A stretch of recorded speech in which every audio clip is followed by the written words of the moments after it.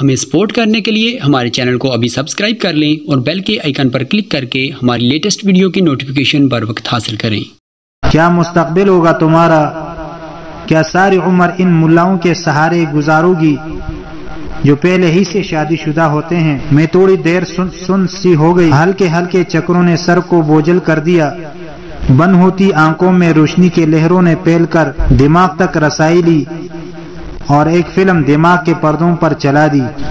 واقعہ کربلا، دین و ایمان پر قربان ہونے والے یہ شہید ہونے والا وہ لال و گوہر بھول گئی وہ کس کے بیٹے تھے، کس کے نواسے تھے؟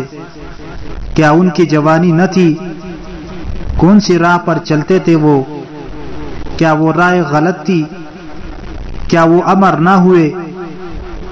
کیا ان کو کسی نے نہیں روکا تھا؟ کیا وہ مان گئے تھے؟ کیا انہوں نے کفر کا کہنا مان لیا تھا؟ نہیں، انہوں نے ایمان و دین کی خاطر حق کی راہ اختیار کی تھی اور شہادت پائی۔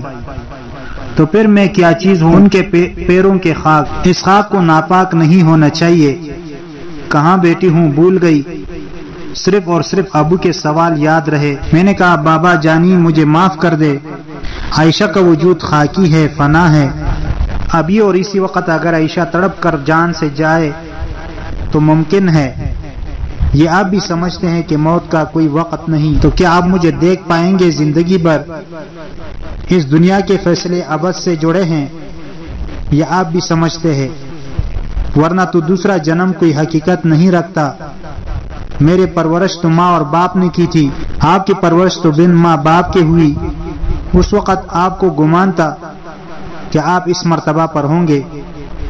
آپ کو کس نے سنبھالا؟ آئندہ آپ کے ساتھ کیا ہوگا معلوم ہے آپ کو؟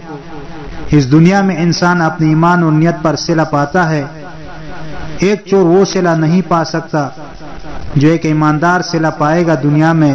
میں نے اسلام ملا لوگوں کے لیے قبول نہیں کیا، اپنے اللہ اور اس کے حبیب صلی اللہ علیہ وسلم کی خوشنودی کے لیے دین کی رسی پکڑی ہے۔ وہ رب جب آپ کو ڈیل دے کر اس دنیا میں عزت دے رہا ہے تو میں جو اس کی چاہت میں کیا کیا نہ چھوڑ سکی، کیا وہ مجھے چھوڑ دے گا؟ نہیں، ایسا نہیں ہو سکتا۔ مرنے کے بعد والدین تک چھوڑ دیتے ہیں، لیکن وہ تو مہمان بنا کے رکھتا ہے اپنے قریب تر۔ آپ مرنے کے بعد مجھے اپنے قریب رکھیں گے؟ آپ خود بتائیں پھر کون ہے جو ہمارے ساتھ رہتا ہے؟ روحوں کو تو آپ بھی مانتے ہو نا، ان کا محافظ کون ہوگا آپ کو معلوم ہے؟ ابو مجھے تھوڑی دیر تک تکتے رہے اور پھر اٹھ کر باہر آ گئے، میں بھی آ گئی۔ جج صاحب نے والد صاحب سے پوچھا کہ اب آپ کیا کہہ رہے ہیں؟ میں نے جلدی سے سورۃ قریش پڑھ کر ابو پر پھونک دی۔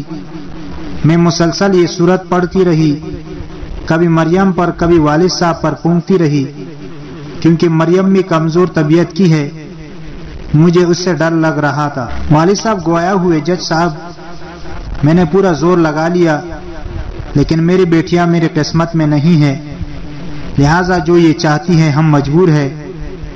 اب جج صاحب ہماری طرف متوجہ ہوئے۔ کیمرہ عدالت میں جج صاحب نے مجھ سے شناختی کارڈ اور دوسرے کاغذات مانگے۔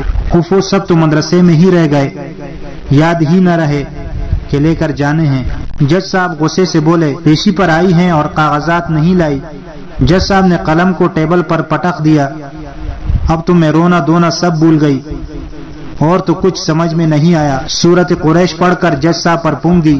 اتنے میں ناظم صاحب باہر گئے اور کاغذات لے کر اندر آ گئے۔ مدرسے والوں نے پہلے ہی بھیج دیے تھے، شکر الحمدللہ۔ پھر انہیں مجھ سے چند سوالات کیے جن کے جواب میں نے نہایت اطمینان سے دیے۔